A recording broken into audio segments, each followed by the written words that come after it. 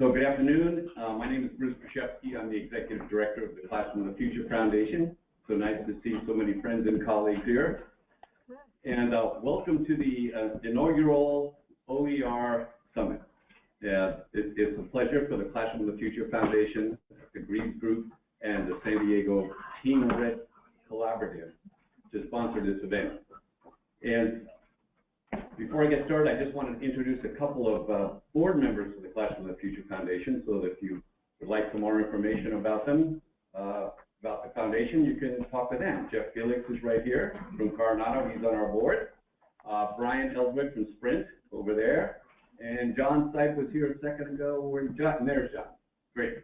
So welcome to all of you as well. This meeting came about as a result of Jeff Felix being insistent that this topic was a hot one in education.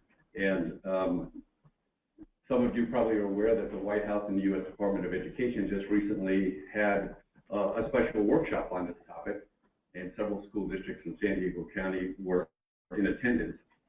And the San Diego Team Red Collaborative is a coalition of 8 local school districts who have agreed to come together to work on the success criteria in implementing one-to-one as it relates to the success criteria as defined in their research study.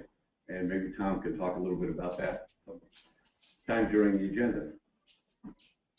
So today's session is an outgrowth of the fact that this collaborative identified this topic as something that was very important for education. And when Tom was successful in pulling a panel together of this magnitude, we thought, well, why just have a small group of 8 if we can share it with more? And so the invitation came out, and again, thanks to Jeff for encouraging us to do that and for involving other districts. And thank you all for being here today.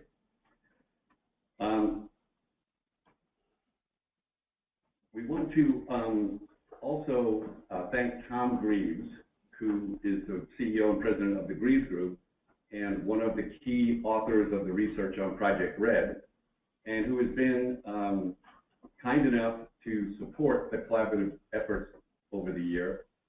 And so Tom is going to be kind of facilitating our expert panel that we have today. And so without any further ado, Tom, turn it over to you.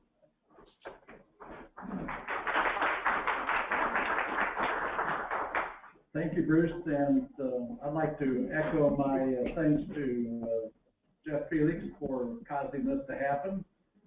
And I was thinking about it on the way down here that about 20 years ago right now, I was the CEO of a small startup called Net School, and I was trying to convince the venture capitalists that there's a lot of great educational material on the web. They said, no.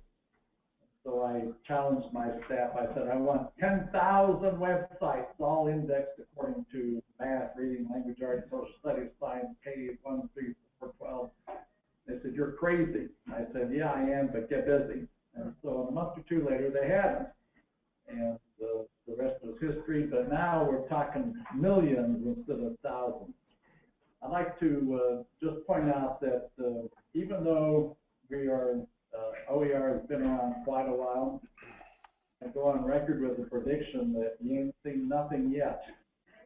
We're looking at, I won't be standing here probably 20 years from now. I might be in a wheelchair with oxygen, but I can tell you that 20 years from now we'll look back and say, wait, how things have changed. I want to thank our speakers today. They've come a long ways, going electronically, and they are first class in this area. They really know their stuff. We have Andrew's picture up there, and we have Amanda. And we're going to start off with Andrew Marcinek. Andrew is the Chief Open Officer for the U.S. Department of Ed. This title didn't exist not too long ago, but Andrew is here representing them. And the fact that the U.S. Department of Ed and the White House held a conference on OER last week is strictly coincidental for this meeting, but we're very glad they did. Amanda is from North Carolina State. and she's done a lot of research into the OER world. She's also an IMACOL research fellow in the OER and works with the Chief State School Officers Association. So I think we're going to have a lot of interesting research from Amanda that will be very useful to us. Paulette Donnellon is local. She is somewhere around here. There you are. Happens to be a school board member as well as retired Army captain, so don't mess with her. And I think that you'll find that she's going to help us a lot understand how to implement the classroom. And then Larry Singer is the CEO of the K-12 OER Collaborative. Will be joining us later in the program.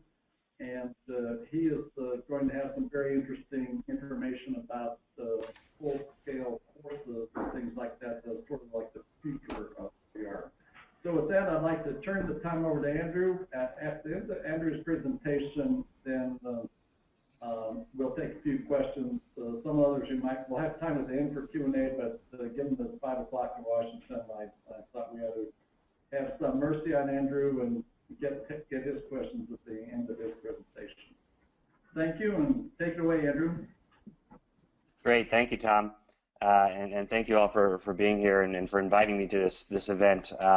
As most of you know, we had an event last Thursday at the White House where we talked about some very important announcements regarding open education, open policy, and I'll get to those in a little bit. But as Tom said, a few months ago, my position didn't exist in ed, and my position is part of the realization of the fourth tenet of the President's Connect Ed plan to connect more schools, and that fourth tenet is to provide more high-quality digital resources to students across the country, and that's focusing around equity and trying to get more openly licensed educational resources in the hands of our students and teachers, so that students can have the same access and same high-quality resources that every other student has. So I'd like to just start with a quote from the President there, and I'll let that segue into this session. And what we're talking about today is two really great announcements that came out of the White House on Thursday. And the first one was a proposed regulatory change. And this proposed regulatory change would require that all grants funded by the Department of Education be openly licensed. So that's a big change that's going to really shift the way districts and schools have access to educational materials. It's going to cut out the idea that taxpayers have to pay for educational resources in K-12 twice. And so this is right now it's open for comments. So it's still out there, and if you I can share a resource later for how, if you would like to go read that, if you go to for the regulation and look at that and offer some comments on your own. The second piece affects K-12 more, and I've worked in K-12, just to kind of give you a little background about me. I've worked in K-12 as an English teacher. I've worked as an instructional tech specialist. I've worked as a CTO for a district in Massachusetts. I've rolled out a lot of iPads. I've done a lot of work with instructional technology and working with teachers. And I've always seen these great little pockets of open educational resources. I've seen them happening in the Spanish teacher's room down the hallway, but nobody knows about it. And she's finding, she's curating, she's researching, she's vetting. She's basically what we want to see in the idea that we want to return that creative content control to not only schools but teachers. For years we've been handing teachers textbooks and basically telling them, this is the way you teach. This is the script that'll get you from day 1 to day 181.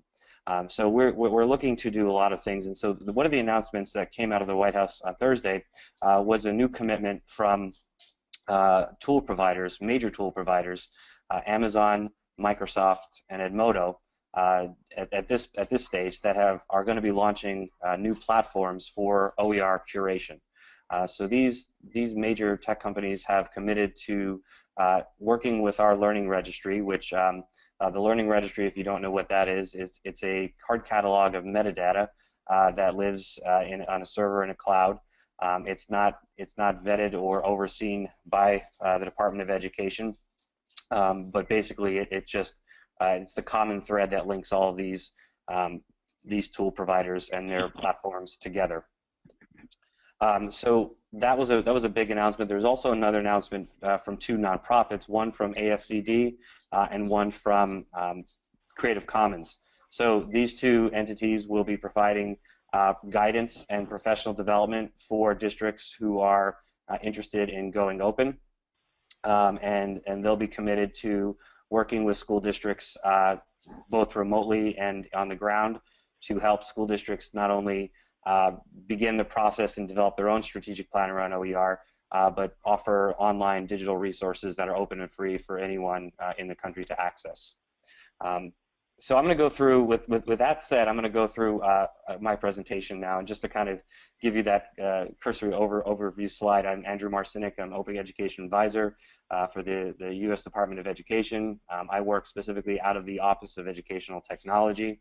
I'm fairly new there. Like I said, my position did not exist 3 months ago, and I think there's a lot of excitement around this position, and the expectations are great for this position as well. So no pressure at all from me. But I'm excited to be at ED and excited to work with some really smart people to try and help move this forward. So when I'm talking about openly licensed educational resources, what are we talking about? And this question comes up a lot because we've heard OER a lot, and we've heard a lot of myths and rumors about what OER is. And one of the myths is that we're trying to eradicate the textbook industry and we're trying to destroy publishing, and that's not the case. We're trying to provide a economical and efficient solution that's not only sustainable, but it's also higher quality for students and more accessible for teachers to get current materials. So when we look at licensing, basically what we're talking about is copyright. What's held down from the resources, a lot of the educational resources that we're using right now is copyright. And so the idea of taking a textbook a science textbook, for example, that still has Pluto listed as a planet, that textbook is out of date when you buy it, and then whether it's standards or whether it's information becomes newer and evolves, those textbooks quickly become out of date. It's similar to buying a car or buying technology. It's old once you get it. And so what we're looking for is to kind of shift from copyright to what's called Creative Commons licensing. And Creative Commons licensing allows owners of resources and materials to put a Creative Commons by license on it that allows teachers and school districts to modify, adapt, and share these resources. So that's essentially what we're trying to do here, and trying to encourage schools to look towards. So here's the very basic definition of what openly licensed educational resources are. They allow teachers to adapt, modify, and share educational resources without breaking copyright laws. So in essence, we're shifting from the copyright to Creative Commons licensing, and I'll talk a little bit more about some of these pieces and what these transitions look like in your schools right now. So when we look at open educational materials, we look on the left-hand side of traditional textbooks. The outdated, generalized, very static. As far as thinking about assistive technologies and access for students, they can't touch letters in a textbook or words in a textbook and get a definition or get further understanding. They can't find resources within that textbook that are going to take them beyond what's actually there. They're standardized, and as we all know, they're very, very expensive.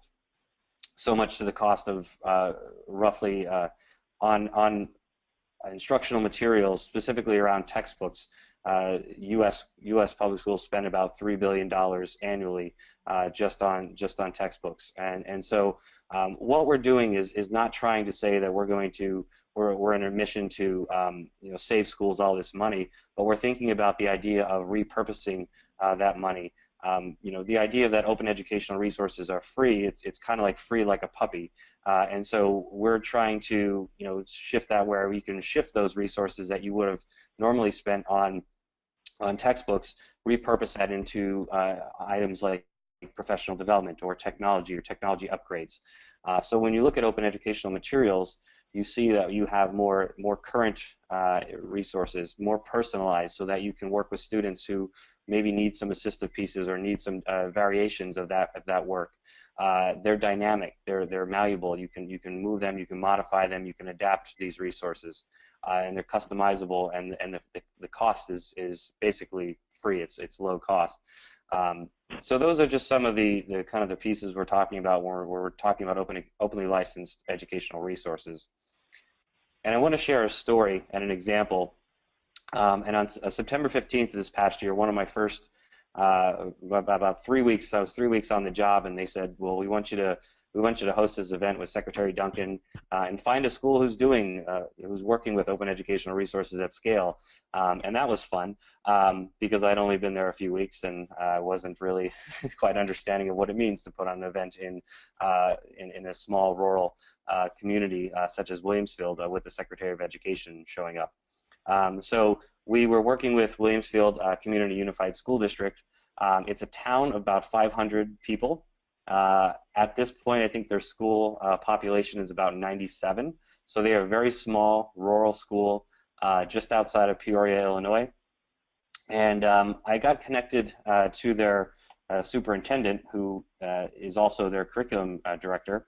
And Tim and I had a conversation around one of the crossroads they came to a few years ago when they needed to purchase a new math curriculum.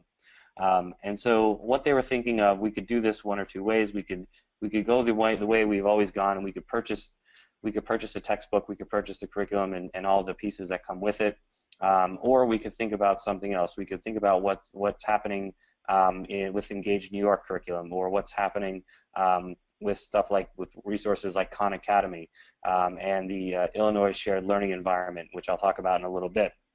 And so what Tim and his staff decided to do was, instead of purchasing math textbooks, they decided to take the budget money for those textbooks and repurpose that for technology.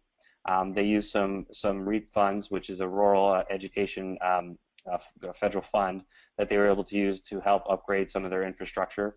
And what they did was they worked with these curriculums. They got a scope and sequence from the Dana Center out of Texas, and then started using some of the Engage New York resources to match up with that scope and sequence, along with Khan Academy resources and resources from the Illinois Shared Learning Environment, which is a grant-funded OER hub based out of Illinois. And so what they were able to do is he provided some time for his teachers to work and align the curriculum, align the open educational resources, and pretty soon they realized that they were onto something, and they were able to give students access to a world and resources that they had not experienced before. And as their principal said, having access to these resources really broke down the walls of their school. And he said, we're no longer in Williamsfield. We have access to resources around the world. And that was a powerful statement to realize the collaborative nature and the power of open educational resources. So much so that I was, after talking with Tim, and I said, well, what have you seen that's come out of using these resources? And he said that it's really enhanced a lot of our STEM programs. Students are now working in more inquiry-based models where they're questioning, they're finding solutions to problems. The students that were there that day that met with Secretary Duncan showed them their solution to some things they've been doing with research, with the technology they had and the research they had access to. And that was, they built a microgrid alternate energy generator that would basically, they had a problem in a town nearby that had a tornado and wiped through the town. The power was out for several days. And these students saw this problem. They realized, they did some research that said that the majority of their population was elderly, and so they did some research. They started working together with some of their teachers as the facilitators of this learning, and they were able to come up with this amazing thing that was, even way over my head, that's now being incorporated by the town. It won several STEM contests out there, and it just shows when you open up the access to resources beyond a textbook, beyond materials that you're just simply buying for your school, you can really give your students endless possibilities in what they can do. So if you haven't heard or seen about Williamsfield, we have a video on tech.ed.gov. You can find their story and their video there with testimonials and examples from their staff and their teachers. So what I talked about before is one of the resources that Tim and his staff used was the Illinois Shared Learning Environment, and this was built on a grant fund through Illinois. And what this is a curation and search tool for openly licensed educational resources. So teachers can go on here, they can publish resources, they can get resources from their peers, people all over the world that are posting. They can see ratings on these resources and how they were used in the classroom, and they can see descriptions, and the cost is zero. They can access these resources, they can pull them into their learning plans and their curriculum alignments. So the Illinois Shared Learning Environment, and just to kind of so you know as well, this is all open source code. So Jeannie Kitchens and her team are leading this endeavor, and they've open sourced the entire code to this platform. So they are eager and hopeful that other states and other districts can take this code and use it and share it, so that we can really build a critical mass of really good resources that are out there.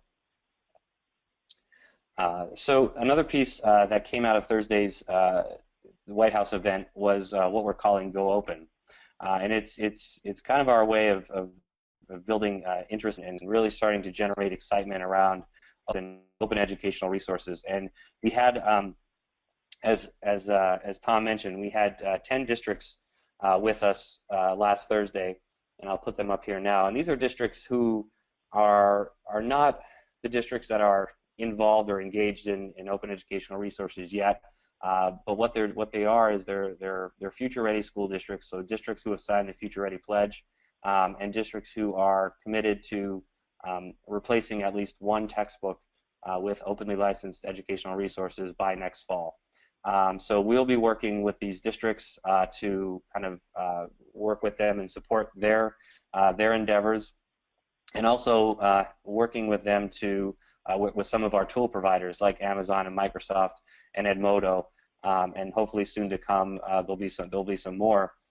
In addition with that, we're also going to be working with ASCD and Creative Commons to help these school districts, build capacity, ask questions, and begin to, move in a direction towards that goal of replacing one textbook with OER.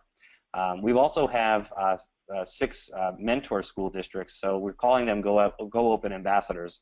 So we had 6 districts with us on Thursday that have done and worked with OER at some scale, at some point, whether it's a few grade levels or an entire school.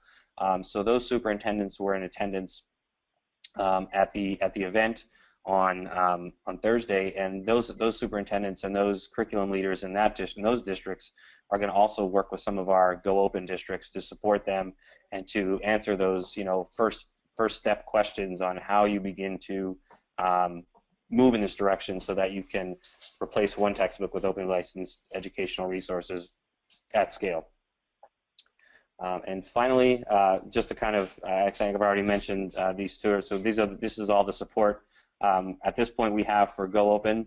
There will be more support coming, and it's not that we're the Amazon, Edmodo, and Microsoft. Like I said, the common thread is that they are working with our learning registry.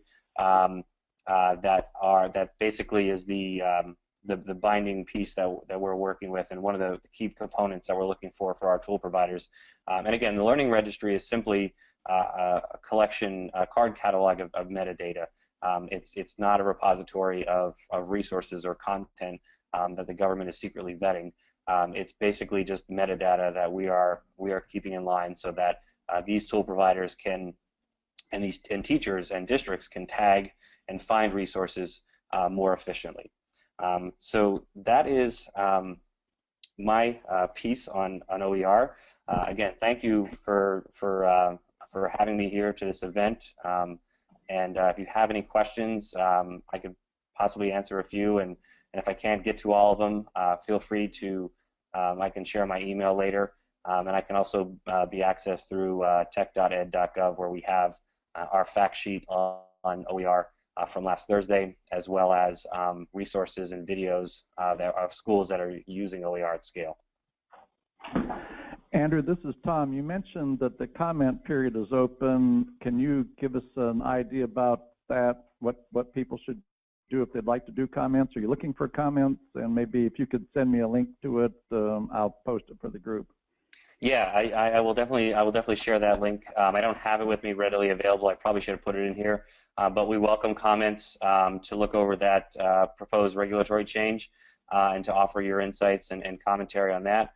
I think it's open for a couple more weeks. I think it's usually a month that the comments are open. So yeah, I'll make sure to share that with you, Tom, and you can share with the group. Thank you. Are there other comments from the audience? Now I'll bring you a microphone. This is a very shy group. I can't believe it, Andrew. We got the whole room is filled, not a seat left open. We figured it all out in 20 minutes. Yeah. Perfect. Done. All right. Outstanding. Okay. Well, I'll tell you what, we will.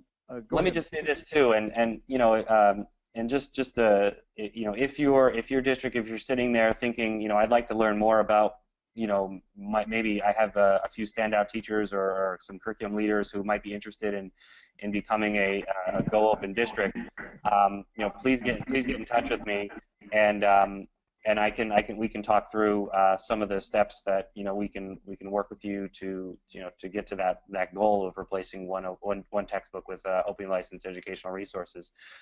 We are tentatively planning a larger convening in February. The date's not official yet, so I'll just say it's closer to the end of February, and that would be in San Francisco area. Amazon committed to sponsoring that venue for the event. That was announced at the event on Thursday. And just so you know, it's not an Amazon event. They're just supporting the venue. It's a completely neutral site. And but yeah, that's going to be more of a showcase of and examples of school districts that have started from this point on, and almost kind of having it like a science fair type event where you can network and see what other schools are doing, and I think it'll be a really positive day. So if you are interested in being a Go Open district, please feel free to get in touch with me. Thank you. We do have some questions now. Terry Sanders with Imperial County Office of Education. Is it accidental that 3 of the 4 California districts are in San Diego County? I don't think so. No, we had put a excuse me. We had put Richard Collada had sent an email out to our future ready school districts about a few months ago, just to see who was interested or wanted to know more about some of the things we were planning around open educational resources. And so some districts had actually reached out to me, whether it was something they had read or something they had heard from somebody. So you know, those were the initial 10 that had gotten in touch with us and have been you know, interested and willing to participate in the event and make the commitment. And you know, we had 10 initially because the Eisenhower Executive Office building only fits about 90 people, and if we could have had more at that event, we would have, but it was very limited for space. So we're hoping that, or we're not hoping, we're planning for the event in February to expand to more districts, and not just superintendents, but curriculum leaders, teachers, librarians, and really get a lot of good voices in that room.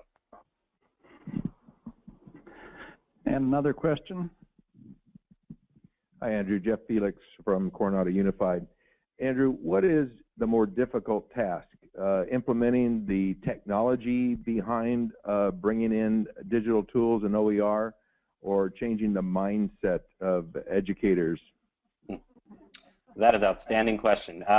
Yeah, and I'll give you kind of my perspective from a district CTO standpoint, where I worked a lot with both the curriculum and the technology, kind of towing that line. And what I saw was that it was that once the technology was there, it had to have purpose. It couldn't just be that we have iPads because the neighboring district has iPads, or that we read somewhere that iPads are, engaging students. Bringing technology into a school district should have purpose and should have relevancy, and shouldn't ever be for technology's sake. So, and I think building a culture around purposeful, useful, practical technology that could support from district leadership, that could support from building leadership, so that it can build that culture of learning where teachers are learning together how to do certain things. They're learning about different apps, and then what I've seen in my experience in working with teachers in this capacity, and having teachers or instructional tech support to be able to support those teachers regularly, is that I think something like an OER adoption, I think if it starts in a staggered format, once the technology is there, I think it really will build capacity and build steam as you're moving it forward. One of the other things we had done too in my district is we created a student-run technology course called Student Help Desk, and this course was primarily based in the high school, and we had a course in the middle school, and we had our students working workshops and tech support for teachers. So it was a class that they took, a half-year elective, and this course.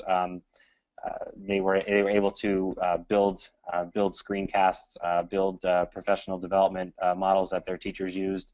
Some of these kids actually were teaching their former teachers how to use different technology. So I think when you bring student voice into the equation too, it helps kind of build that shared culture of learning that we really want in all of our schools. We have one last question. Hi, my question is about, I'm just curious what the conversations have been with regards to, kind of related, coherence in developing a curriculum across the curriculum, and then also including special populations, differentiation for English learners or special ed students, where, there's lots of criticisms about textbooks, but they do always have sections that include that, whereas open source, I'm not quite sure how that is at the forefront rather than an afterthought. Yeah, that's a great question. And so, one of the things what I've looked at and I've worked with in several districts that I've been a part of is, as far as the coherence goes, I mean, I think it definitely requires some time and some collaboration time for teachers to really get together and see what their students need, see what each other need. Ultimately, we're looking to right now, if you look around to neighboring districts, there may not be pockets of OER. There might be pockets of OER, but there might not be, in abundance. So, ultimately, we want to have this, kind of, again, to use this term again, this shared culture of learning, where we have districts that can look to each other, that can help each other. If they have a special population of students that really needs help in certain areas, that there will be resources out there eventually in a few years that will be able to support those things. And I know we're not there yet, but I think from the school district level, from the building level, I think if we focus on giving teachers guided or I should say professional development around this process to build a curriculum, to understand how to curate, to understand how to license and share and find resources through something like district-wide PLCs, which I worked with in my last district. That was really helpful and helped teachers to really, it kind of gave them a theme or a focus through the year. And I think working within something like that, working something like that into your professional learning plans can be very helpful. And then hopefully we'll get to a point in a few years where we have this capacity nationwide where we can all look to each other, whether it's neighboring districts or neighboring states that have resources, and it's tagged and readily available for everyone to access. Andrew, thank you very much. And I wanted to invite you to stay on as long as you'd like to continue, or you can listen to a recording later or move on to, somebody said happy hour, but I'm sure in Washington there's no happy hour. No, I've never heard of that down here. I don't think they do that at all. Well, thank you. I really appreciate it. This has just been well received. You'll be happy to know that 89% of the audience has technology in front of them, and 0% are actually doing solitaire. That's awesome. Great. And I wanted to take just a minute and invite Dr. Swenson, who was at the meeting in Washington, to speak just briefly, man on the scene. Thank you. We were one of the districts fortunate enough to be invited to Washington. It was a great experience. And in our district, we're making an effort. I guess I could come around so you don't have to break your necks to see me. We're making an effort as a future-ready district. We call it Future Forward in our district. We're doing a one-to-one initiative with Chromebooks in 4 different locations in our district. We'll do 3 more next year and 3 more the year after that. And of course, what we realized in the first few days after we handed out the 8,000 Chromebooks was that we now had students with backpacks full of textbooks and a Chromebook. And I thought, now they've just become heavier. And I've been saying kind of to anyone who will listen to me for many years that I didn't want to ever spend any more money on textbooks, that I really believed there was a better way to create an environment for learning, and it would involve technology and, of course, accessing valuable curriculum through that technology to make the learning experience different for our students. And so OER is a natural fit for us. And it was very interesting. A couple of the comments that I wrote down and have carried with me since last week was that this process of people using different types of platforms and gathering together curriculum materials to design what they want to do in their schools is one of the best opportunities we've ever had in education to let our teachers behave like professionals and to do professional work with professional colleagues, to cull and to curate and to collaborate together to put together the best packages they can for instruction in their classrooms. A lot of times, if you think about this kind of, when you talk about reform and you talk about change in education, it's usually somebody taking things and throwing it at teachers. And that's not what this is. This is really going to rely on teachers. It's going to rely on teachers who have an enthusiasm for the concept, who understand that we need to meet our students where they actively learn, and then that they together can gather the best of the available resources and make them available to their students. The word curate is my new word of the week. And that's really what is going to have to happen, school district by school district.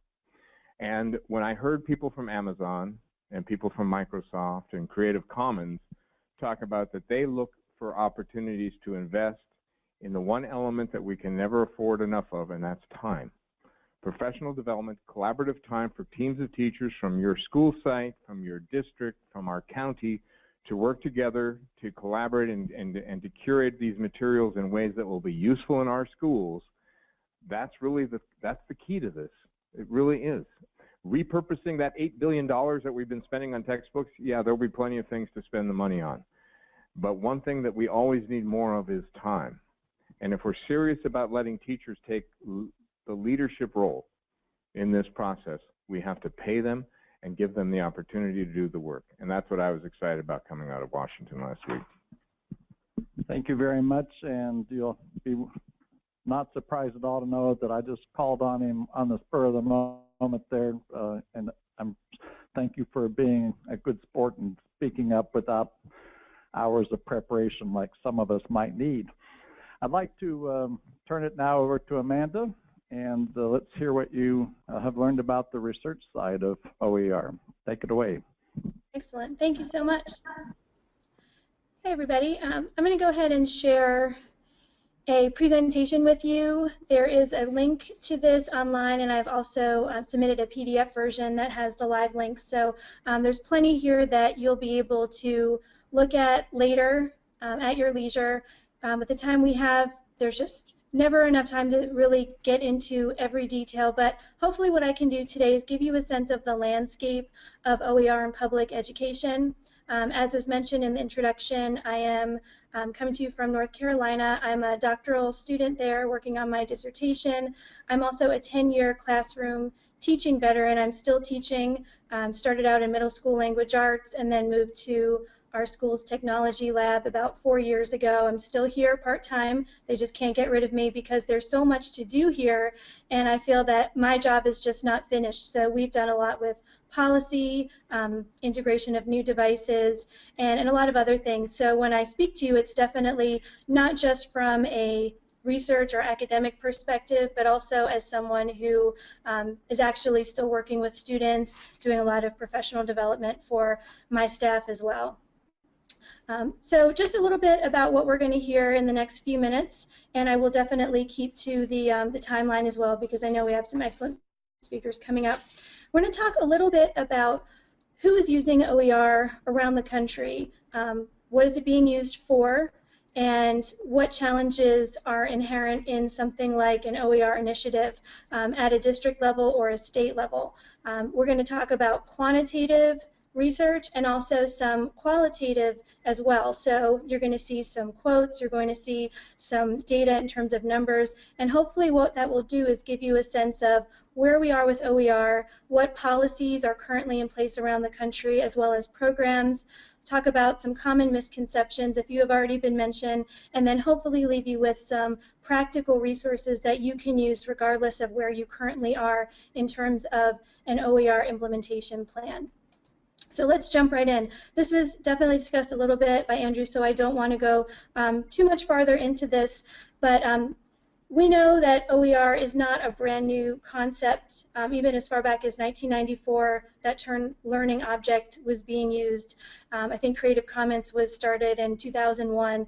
But in terms of the K-12 educational arena, it is still something that is not quite as widespread as you might see in higher education, where there are proliferation internationally of OER programs, lots and lots of policy, and so the benefits of OER have not really been seen, I think, on a practical level on the ground for someone working with K-12 policy and education.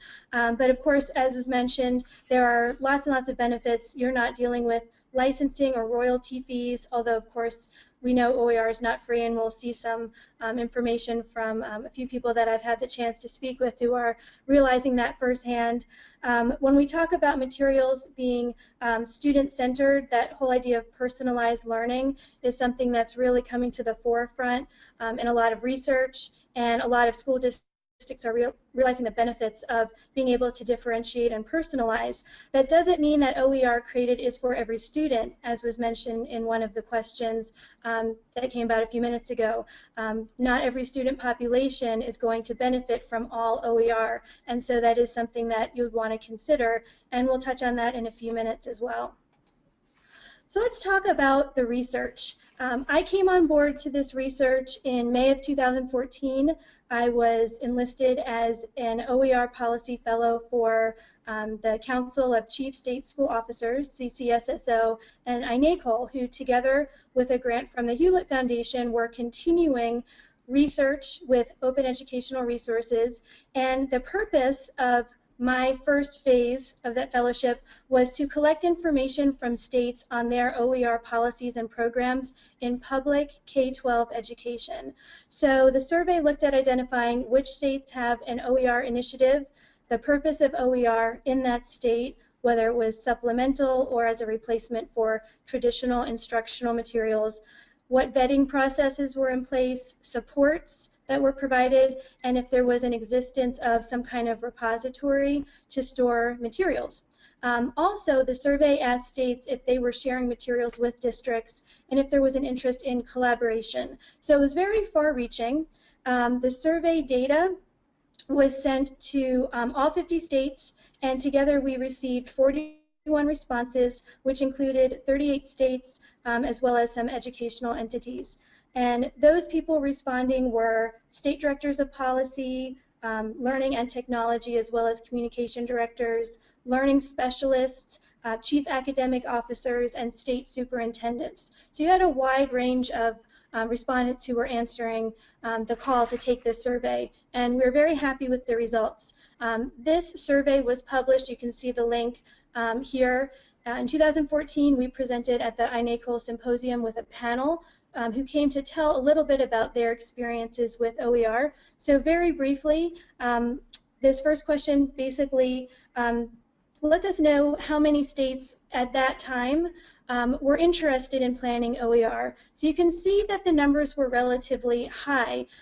It's a shift in the trend of thinking about educational materials. So even though we could look at it and say only 18 states are sharing OER learning materials, most of the respondents wanted to learn more, and that's what excited us tremendously. We also wanted to know how are states using OER, what options are being considered for them. So as you can see here, they are varied. For every state, for every district, there is potentially a different path toward OER utilization, and I think that is what sometimes can cause a little bit of nervousness or some feelings of, well, how do we jump in and just get started? So these are different ways that states told us that they were using OER. So you can see here the most popular option was as a way for districts and schools to develop these openly licensed materials. And that was something that we caught on to and that directly influenced the second phase of my research. We also wanted to know what states were looking for in terms of their OER initiatives, what was important to them in terms of topics and common goals. So we were able to take some information from the survey and synthesize a bit, and these are the areas that came up. I think that they're showing the need for practical information, as well as the ability to really align materials to standards, as well as that dedication for funding for projects, because it does take time and it does take a certain amount of funding to create these repositories and to offer grants potentially to districts, as is being done in some states. The information we're going to talk about in the last few minutes of my presentation is from a qualitative piece for my research. I was hired back for a second phase of my fellowship, which started just this last summer, and our goal was to try to connect to state level, district level, and classroom level leaders who are using OER right now, who are going through the process of figuring things out, what do I need to do, and how are they getting started, so that hopefully others can learn from their experiences, the challenges they faced, the solutions, and what exactly they were trying to achieve, and whether they feel that they've met some of those goals, as well as where they want to continue in the future.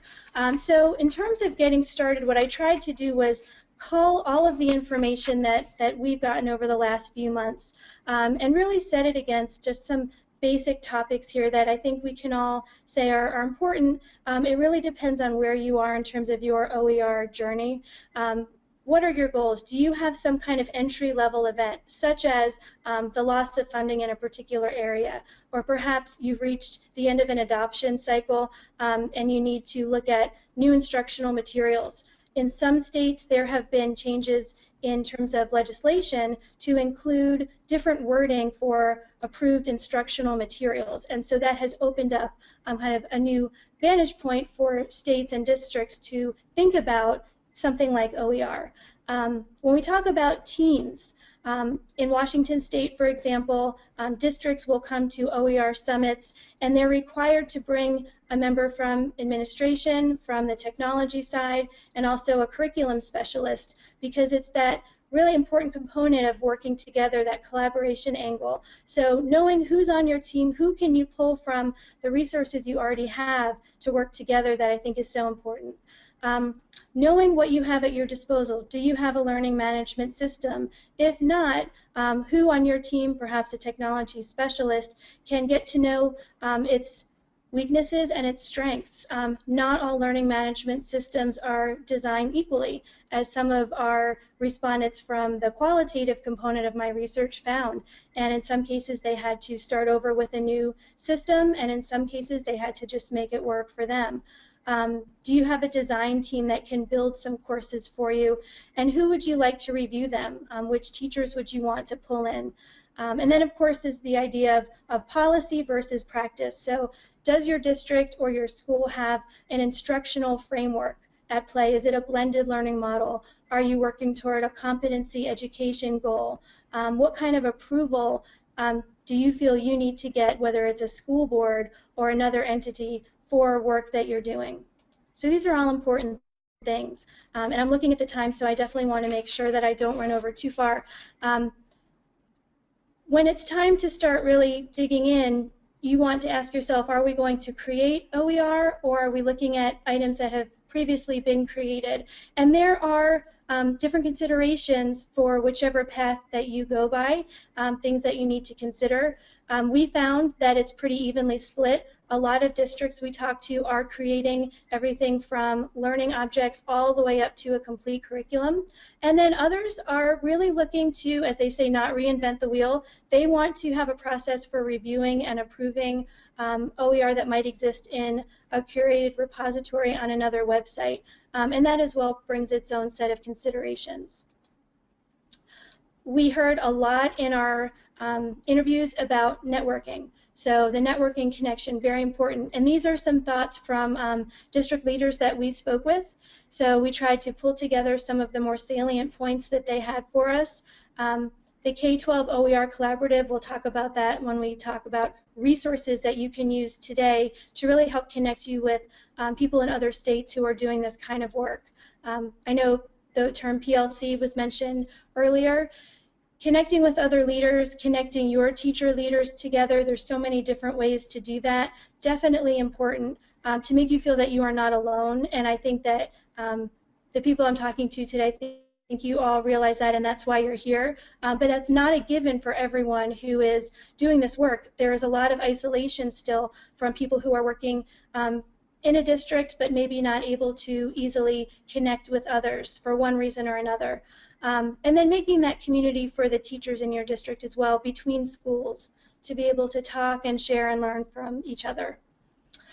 We have some very high quality OER rubrics that I would definitely suggest anyone take a look at before you even dig your heels and start looking at OER if you haven't. Some of them have been in place for quite a while now. Others were developed by states. Washington State has its own review process based on some legislation that was enacted several years ago, and they use a series of rubrics to achieve what they're looking for and make sure that what they're using meets certain standards. There are a lot of challenges like anything related to education, but some specific to OER that I think are important to talk about. I know some of these have already been mentioned, things like training teachers, making sure that the budget and the infrastructure is there. States and districts should enable flexible use of instructional materials as much as you can, and those budgets for instructional materials to support the development and maintenance of these openly licensed instructional materials as well as devices. When we talk about copyright and legal issues, very important to know that even if something is considered OER, there are different kinds of open licenses that might allow for reuse. Some can be modified completely. It really just depends on that particular learning object and how it has been licensed. So taking the time to learn and understand what those licenses are and any legal issues is definitely very important. And then training teachers of how to use OER in the classroom. We'll see in just a moment some quotes from our participants who talk about some of the challenges involved in that. What I did, and we won't have too much time to look at it right now, is put together an interactive map of all of the different locations, both statewide and districts, that I've spoken with or researched who have policies or programs in place. So basically when we open this up, it's going to let you click on whichever pin, and you'll see that there's information about that state and any relevant either links or other information there. There we have our some information about the California Learning Resource Network, which is static right now, but was a really wonderful resource. So I tried to pull things that are still in place and some that are there that you could still look at and that might be useful to you. So I would definitely consider, if you have the chance, to take a look at that as well. To wrap up, I wanted to just finish with some misconceptions about OER, and I hate to use that word misconception, but I do hear it a lot, and from people who have been there and now have spent a lot of time with OER, these are some things that they would say, if I could go back in time, I wish I knew this. Number one, OER is not 100% OER, or it's not good. It's not an all or nothing kind of equation. You don't have to use all OER to be effective with it.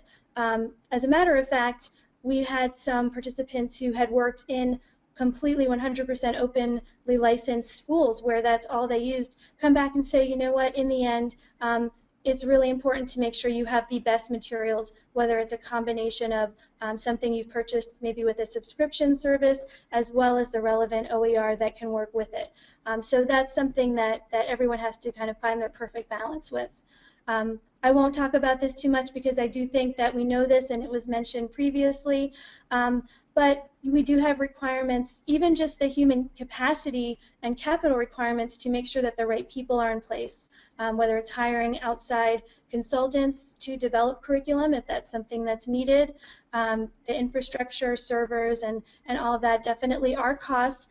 In the long run, though, what we have found is that those costs really are worthwhile, and they let you participate in the kind of learning that we really want to see, the growth in our students. So the critical thinking, that personalized learning, much more doable when you do build in those budgetary measures to get OER in place. And then, as I mentioned earlier, not all OER is the same. It's all wonderful, but there are different kinds of OER. So it's just important to educate ourselves and our staff about how to find these things. Something you might find in a Google search could be OER. It might not. There's so many more places that you can go to get that kind of information. I left off with a few different papers, policy briefs, that provide case studies and recommendations. This one is kind of the gold standard as far as I'm concerned, and it includes several pages worth of relevant links to curated repositories that have been vetted, as well as case studies of bellwether states that really have done some great things with OER. Also provided a link to the K-12 OER Collaborative, which is state-led, but offers great resources for districts as well. And then a link to the 2014 survey that we did with that quantitative data. And that will conclude my presentation. Hopefully I didn't go over time too much. I'd love if you have any questions, and if not, I'm happy to wait until the end of all the presentations. Thank you so much. Thank you very much, Amanda. And just for everybody's information, we will be combining all of the extra materials we have from each of the presenters. And if you did an RSVP to CFF, you'll be getting a copy of it. If you didn't do an RSVP to CFF, then time to do an RSVP to CFF, so we'll know who you are, or just let us know some way or the other. I want to take just a question or two if we have urgent questions. And by the way, I was looking online while Amanda was talking, and there's a lot of good information in these documents that she's mentioned. So there's a lot of depth here that she just really touched the surface on. Well, thank you, Amanda, and you're welcome to stick around or not, depending on your schedule. I understand you also are wishing there were a happy hour, but not yet. And I'd like to turn over the time to Paulette, and we will move on to Gooru. Thank you.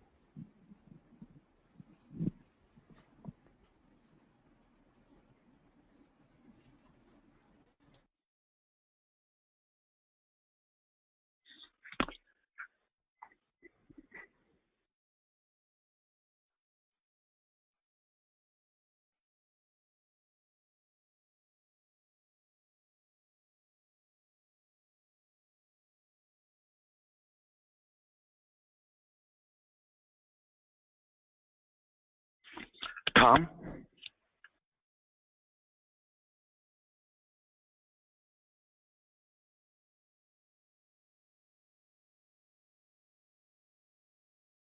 Did I hear my name called? Yeah, Okay. it's Larry Singer. You guys went dark, and Oh, well, sorry about that. We are just moving to Paulette, and thanks for joining us, Larry, and we'll be with you shortly. thank you.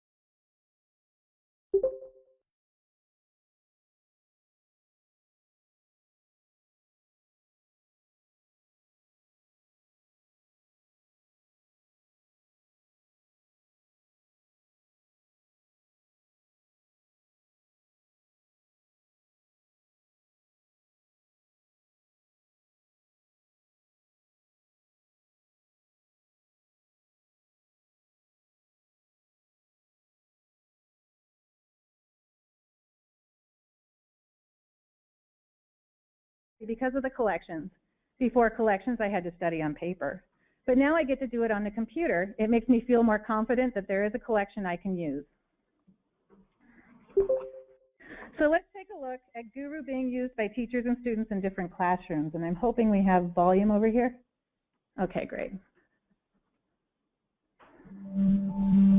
I want my kids to inquire, to be inquiry learners, explore things and discover things, because if you're having fun discovering things, you just want to keep learning.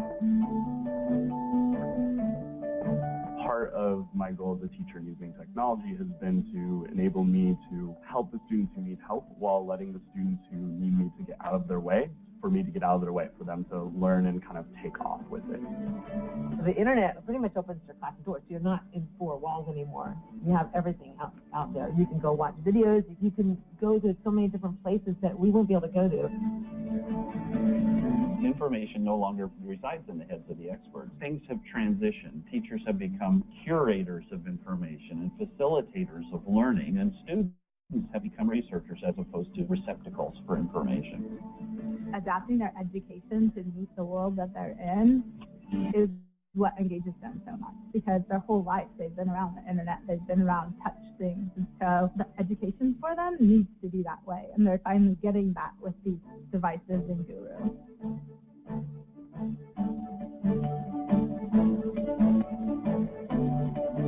One thing I've been really excited to learn is the forces due to gravity on everything. I'm really interested in learning about the Byzantine mosaics because I'm really into art. One thing I learned the muscular system and how it actually functions. We were teaching ourselves in the way that would be more fun for us. To research on my own, I think I can actually explore more in depth instead of following a certain instruction in class.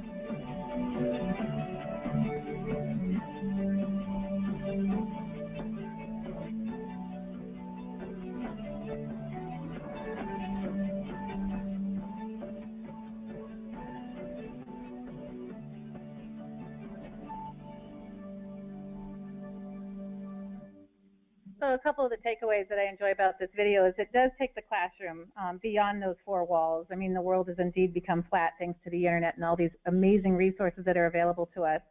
And of course, the teachers are curators of information and facilitators of learning now.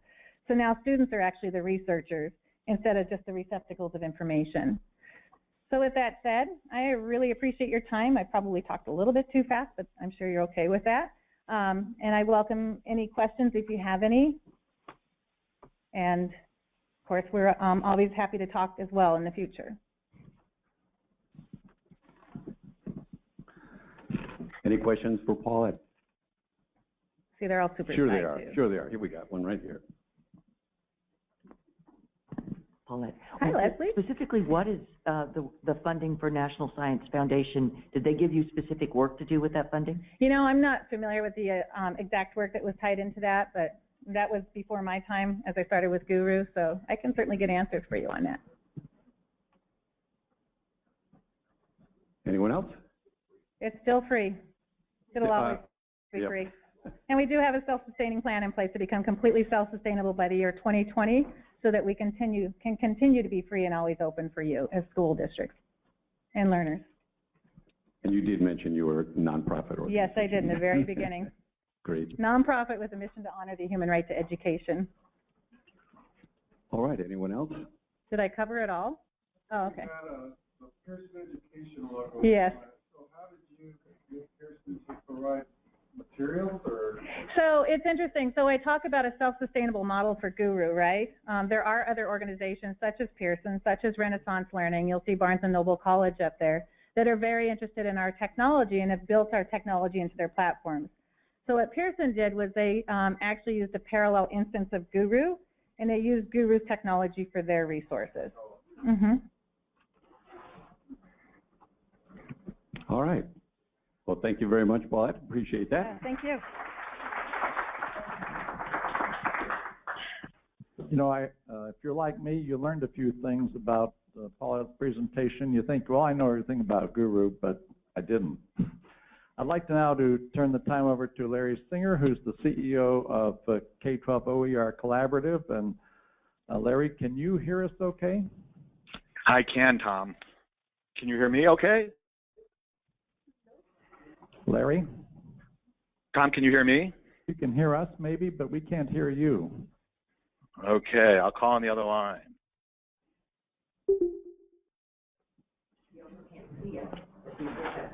Yeah.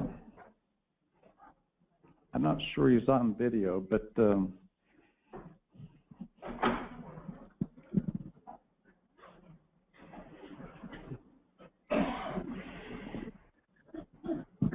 Tom, can you hear me? Yes, Tom. oh, I could hear you, but you couldn't hear me. You heard me before when I mentioned your name, but right.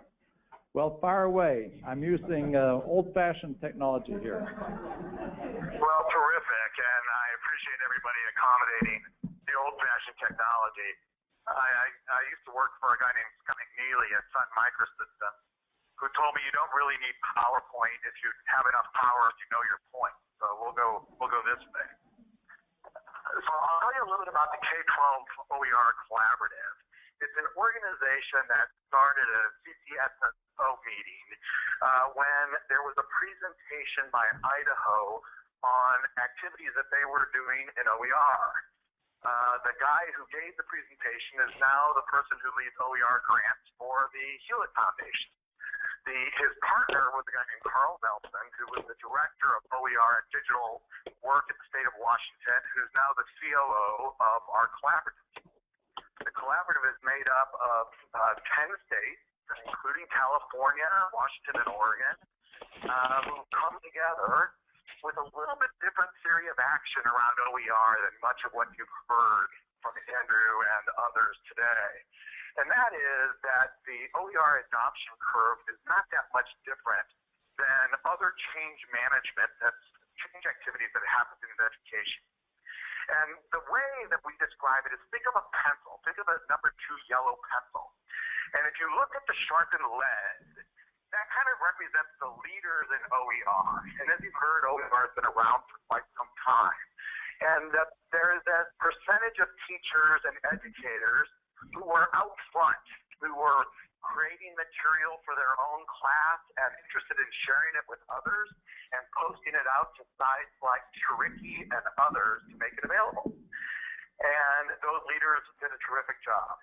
And if you think of the next place in the pencil as the sharpened area of wood, there are people like the several San Diego districts who are trying to adopt OER, who are leaders who follow, or what they call the sharps, the leaders of the lead, the sharps of the wood, a slightly larger group of people who are willing to learn from the leaders and try and implement what they do. And if you think of a number 2 pencil, that sharp section in the lead represents anywhere from 5 to 10% of the pencil. And in fact, if you look at OER adoption now, that's about a pretty good percentage of the instructional resources that our OER delivered today is at 10 or 15%, and primarily by those really sharp folks and the leaders. Our theory of action is we need to get to the wood. We need to get to the yellow. And the leaders and the sharps tend to be true believers in the kind of change and transformation, and they're looking for something very different. Whereas the majority of schools and teachers and school districts would use OER if it met their needs, if it was high quality content that was standards aligned, that could meet the teachers where they are in the classroom and deliver a high quality experience. And oh, by the way, if it's OER, all the better. And if it's freely available, all the better. And the analogy of change, by the way, has a role for the eraser. And that's once somebody figures out how to get to the wood, then the erasers show up and they try and undo all the work that the leaders have done. Well, the OER Collaborative is looking at how we build whole course content and how we get it widely distributed. So our mission is to build 28 courses for ELA and math, the entire curriculum, very aligned to the Common Core standards. 28 because you have 2 paths in high school for math, and we intend to create all the courses.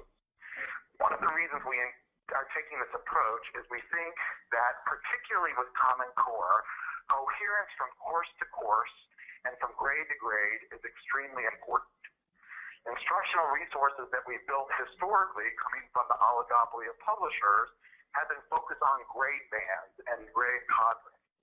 And the standards, though, are not grade-based or age-based, they're competency-based. And as we all know, by the time kids reach 3rd or 4th grade, you have a substantial percentage of children who are behind grade level. Sometimes because they have special needs, sometimes because they're ELLs, but for a variety of reasons.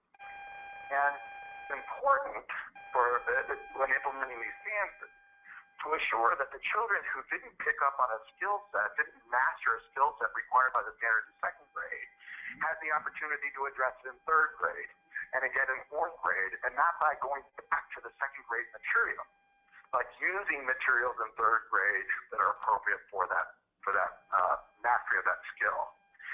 So the members of the collaborative, when they established it, thought it was critical that not only do we build whole courses with using OER, but that there's, again, coherence from grade to grade and across ELA and math. So the skills that you're teaching in ELA in 7th grade are called upon and referenced in math in 7th grade. So we're using the ELA licensing model and that process to create an alternative to traditional instructional resources. We'll deliver the resources in whatever format the district is ready for it, meaning there's been a lot of conflating, if you will, of OER and digital, and they're not the same thing. One of the benefits of OER is that you can create new content that takes advantage of new digital tools. But there's nothing about OER that says it has to be digital. In fact, a lot of the benefits that are ascribed to OER are often the benefits really ascribed to digital. So we intend to deliver these course contents by grade band. Our 1st grade band will be middle school math. We'll have 6th grade math for back to school next year to pilot, which is my ulterior motive to wanting to be on this call, and for improvement as we build out the rest of middle school math. We intend to come in the front door. When you are comparing math from Pearson or HMH or McGraw, we will have the ability to be up front with your teacher evaluators and allow you to compare and compete based on the quality metrics that you use, our content versus others. But if you choose our content, we won't charge you for the content. Now, what that means, in most schools and school districts, by the way, I ran Pearson North America for 2 years, ending June 30th of this last year. I ran for the K-12 business. I have this motto that if you can't beat them, join them, learn everything you can about them, quit, and then beat them. So that's why I'm running the collaborative now.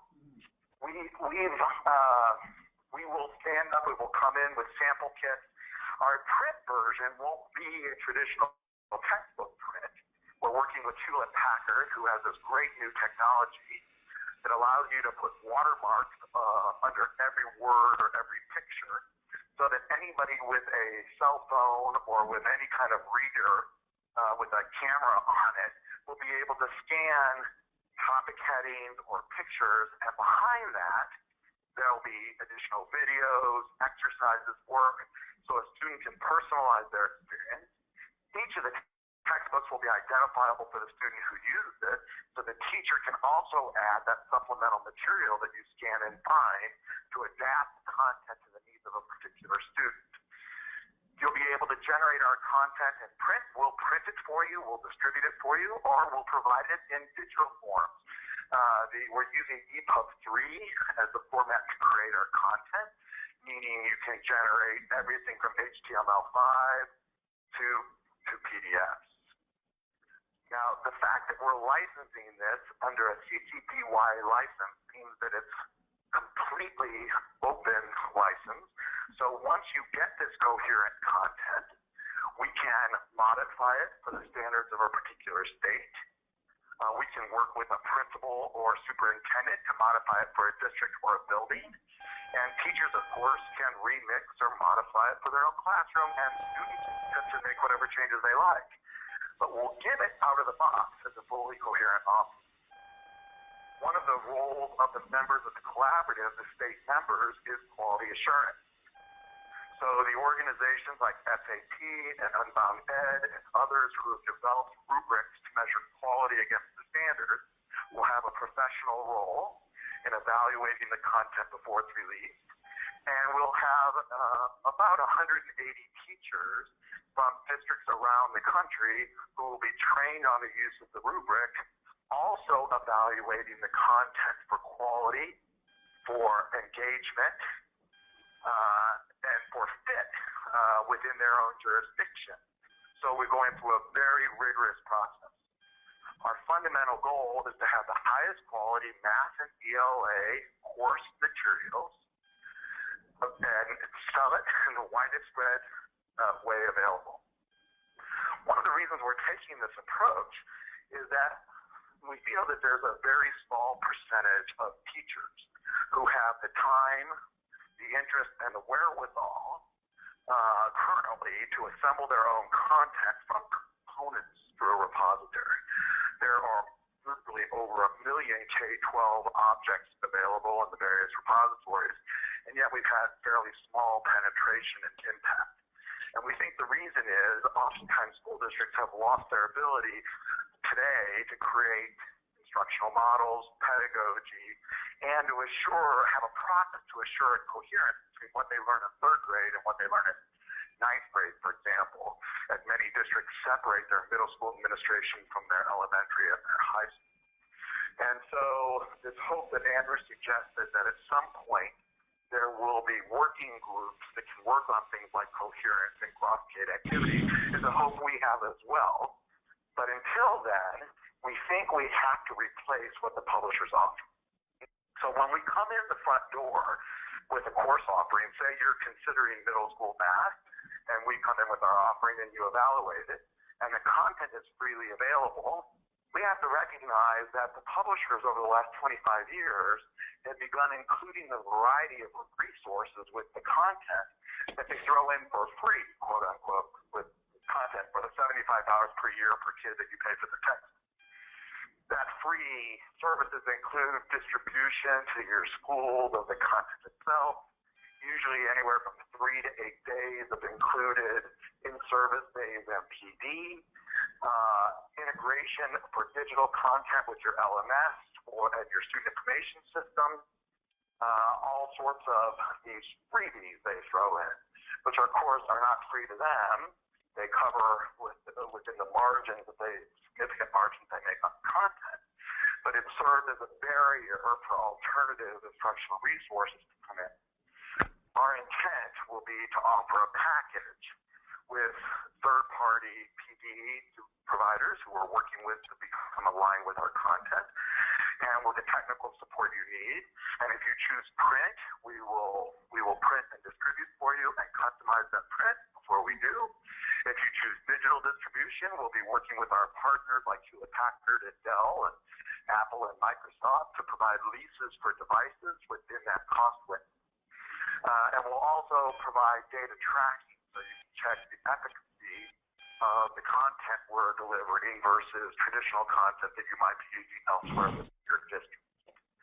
So we'll provide a package of resources that you can choose to purchase as part of your procurement process. And if you choose not to, the content will be available through sites like Gooru, which will have our content and the teacher supports that go along with it freely available to download. We think, though, that this package is going to be important of offerings. If you look at Duval, Florida, who just brought in a middle school math package, they had their normal selection adoption process resulted in a selection of a McGraw offering for slightly over $37 million. The superintendent went to the school board and said that we want to use a whole course OER content from Engage New York. We're going to have to make modifications, and we're going to have to develop some skill sets that we haven't had before, including developing content and modifying the content so it complies with the Florida standards. So they asked the school board for $10.6 million instead of $37 million to implement this free content. And we've heard it before, OER is free like a puppy dog, not like a beer. there's lots of costs involved. And so for those districts who have the wherewithal to put together that package for roughly a third of what they've been paying for traditional textbooks, ours will be freely available for them to do it. And for those who need the bundle to come in as a package, and for you to consider this in the manner you consider traditional content, we'll have that option as well. Once you bring it in place, we see ourselves as like a camel's nose under the tent. Once you bring it in place, there will be no reason to do another adoption in the next cycle, because this content is enhanceable. You can improve it. We will be working with all of the users so that we can promote the improvements that come from each district into our own repository and the Gooru repositories and other places where it is. So each year you'll be able to get a new master version. And if you've made modifications in your own version, we'll have a version control process that will allow you to bring those nationally accepted changes in and maintain and retain the changes you've made to the content yourself. We will have an editorial board amongst our collaborative members of teachers who will review the various changes, determine which ones get promoted into the content. We are very near contracting with our lead developer for math. We should start this week, early next week. And I'll leak a little bit. It's Bill McCullen's team out of Arizona, Bill is one of the two authors of Common Core Math, and he'll be leading our 6th, 7th, and 8th and high school math production that will roll out. So I think, Tom, I'll pause here. There's more I can say, but I'll pause to see if folks have questions or if there's any particular direction that they'd like to go to learn more about what we're doing. Oh, by the way, our funders are an interesting part of the story. It'll take us about $50 million to build all 28 courses and have them available. We have about $10 million committed from traditional philanthropic foundations like the Gates Foundation and like the Hewlett Foundation.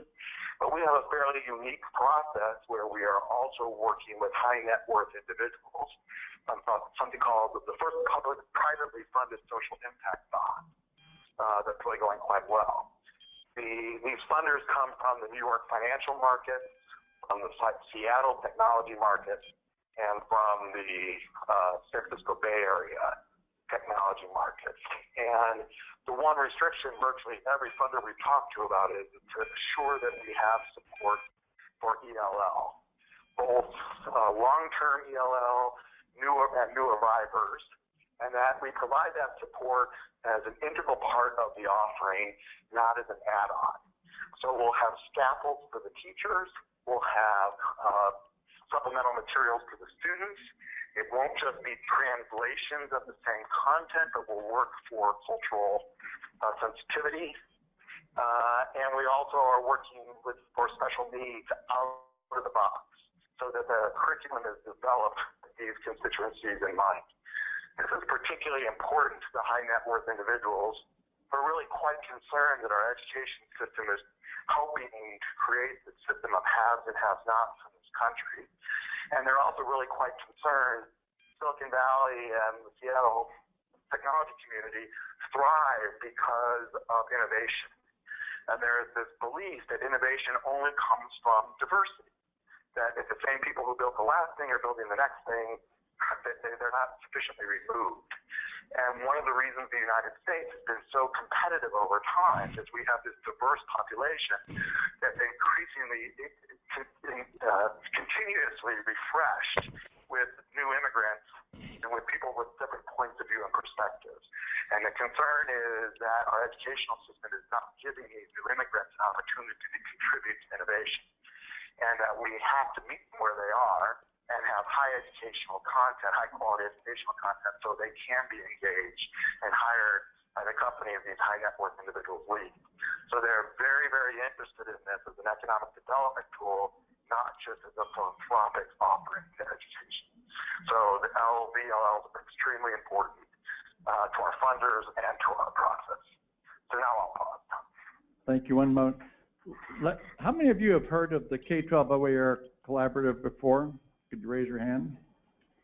Well, that's 4 out of 70. That's not bad. Not bad. I had not heard of it either, although when you came on as CEO, I immediately looked it up because I'd known you. I was thinking as you were talking, you probably don't remember this, but back in, I think, 99 or 98, when you were Governor Roy Barnes' Chief Technology Officer, he did a 8-school one-to-one pilot, which back in 99 was rare. And 2 years later, after the independent evaluation is done, all 8 schools improved spectacularly. So unfortunately, a new governor came on, and first thing the new governors do is throw away everything the old governor did.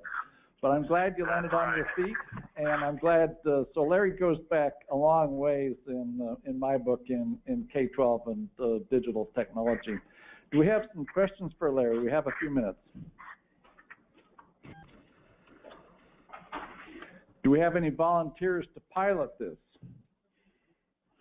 And do we have any experts in ELL who can help us? The same leaders we have in the States are expert in math and ELA, but we're not getting a lot of ELL expertise. Nobody in San Diego knows anything about that, I'm sure. Justin Cunningham from Bonsall. So Bonsall Unified would definitely be. In fact, that was when I was saying when you were going into the middle school math. That's great. Now, what about the EL middle school math? I'm sorry. No, go ahead. I'll hold this close. Okay.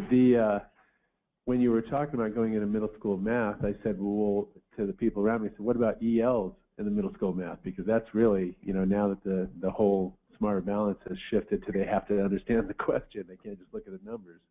That's a big nut to crack. So, yeah, we'd be real interested in a pilot. We'll be releasing, we'll have 6th grade math first next year, but in the following year, when we release the middle school math collection, we'll also have the ELA middle school collection. And we're working very hard to make sure that there's coherence between ELA and math, and that we use the same ELL support in ELA math. So in math, they'll get the practice with the word problem, the same skills that they're learning in ELA. So we'd love to work with you, and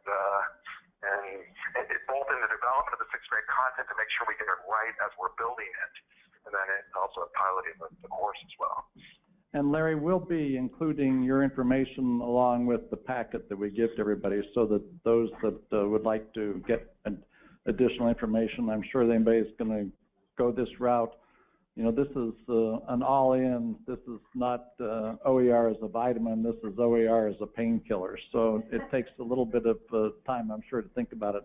What other questions do you have? I think the way to think about it is you would bring it in the way you've traditionally brought in instructional resources, but it will be a fraction of the cost, and you'll have the ability to remix it, redistribute it, add OER from other sources to supplement it, whatever you want.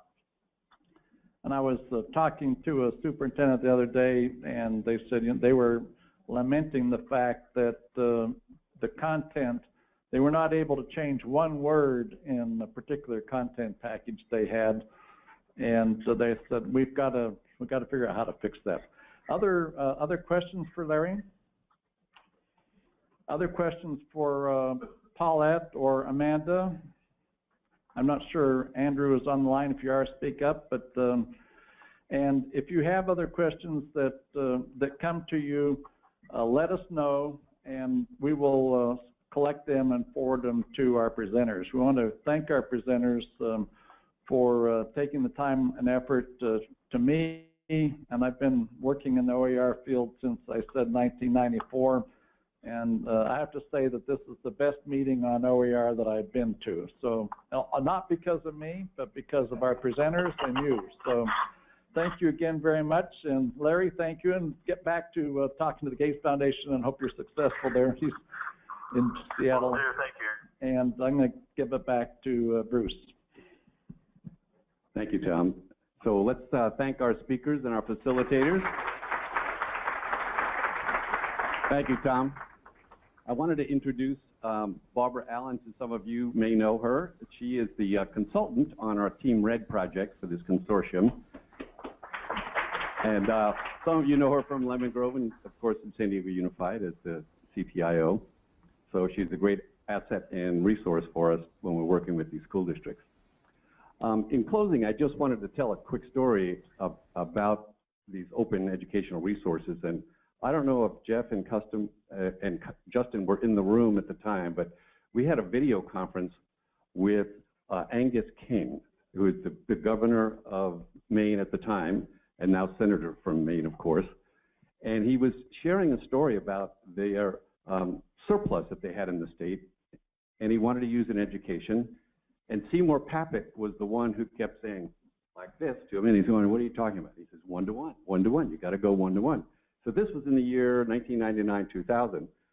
And he said, okay, well, I'll get together, we'll put a task force together, and we'll come up with an implementation plan for one-to-one for the entire state, and we'll start with middle schools. And so they used this surplus to purchase laptops, and he thought this was going to be a winner. This was a slam dunk, no problem. And all of a sudden, he was on a talk show on the radio espousing the benefits of this program, and he said the pushback was unbelievable.